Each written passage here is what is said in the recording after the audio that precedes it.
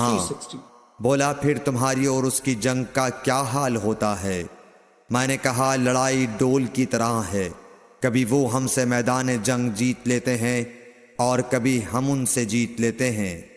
ہرقل نے پوچھا وہ تمہیں کس بات کا حکم دیتا ہے؟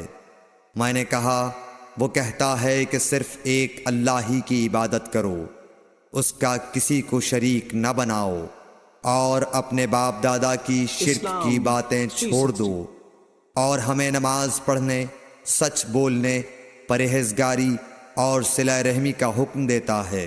یہ سب سن کر پھر ہرقل نے اپنے ترجمان سے کہا کہ ابو سفیان سے کہہ دے کہ میں نے تم سے اس کا نسب پوچھا تو تم نے کہا کہ وہ ہم سے عالی نسب ہے، اور پیغمبر اپنی قوم میں عالی نسب ہی بھیجے جایا کرتے ہیں۔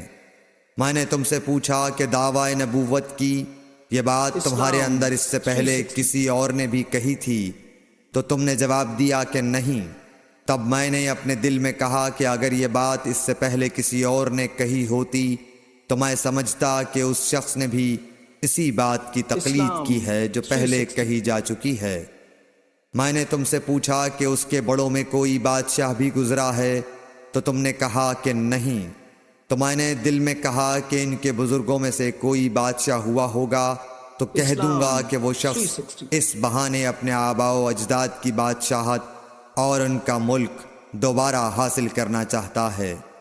اور میں نے تم سے پوچھا کہ اس بات کے کہنے یعنی پیغمبری کا دعویٰ کرنے سے پہلے تم نے کبھی اس کو دروغ گوئی کا الزام لگایا ہے؟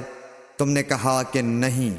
تو میں نے سمجھ لیا کہ جو شخص آدمیوں کے ساتھ دروغ گوئی سے بچے وہ اللہ کے بارے میں کیسے جھوٹی بات کہہ سکتا ہے۔ اور میں نے تم سے پوچھا کہ بڑے لوگ اس کے پیرو ہوتے ہیں یا کمزور آدمی؟ تم نے کہا کمزوروں نے اس کی اتباع کی ہے۔ تو دراصل یہی لوگ پیغمبروں کے متبعین ہوتے ہیں۔ اور میں نے تم سے پوچھا کہ اس کے ساتھی بڑھ رہے ہیں یا کم ہو رہے ہیں؟ تم نے کہا کہ وہ بڑھ رہے ہیں، اور ایمان کی کیفیت یہی ہوتی ہے حتیٰ کہ وہ کامل ہو جاتا ہے۔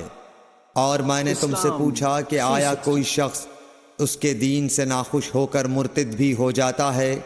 تم نے کہا نہیں۔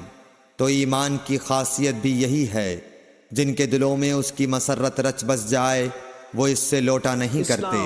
اور میں نے تم سے پوچھا کہ آیا وہ کبھی عہد شکنی کرتے ہیں؟ تم نے کہا نہیں۔ پیغمبروں کا یہی حال ہوتا ہے، وہ عہد کی خلاف ورزی نہیں کرتے۔ اور میں نے تم سے کہا کہ وہ تم سے کس چیز کے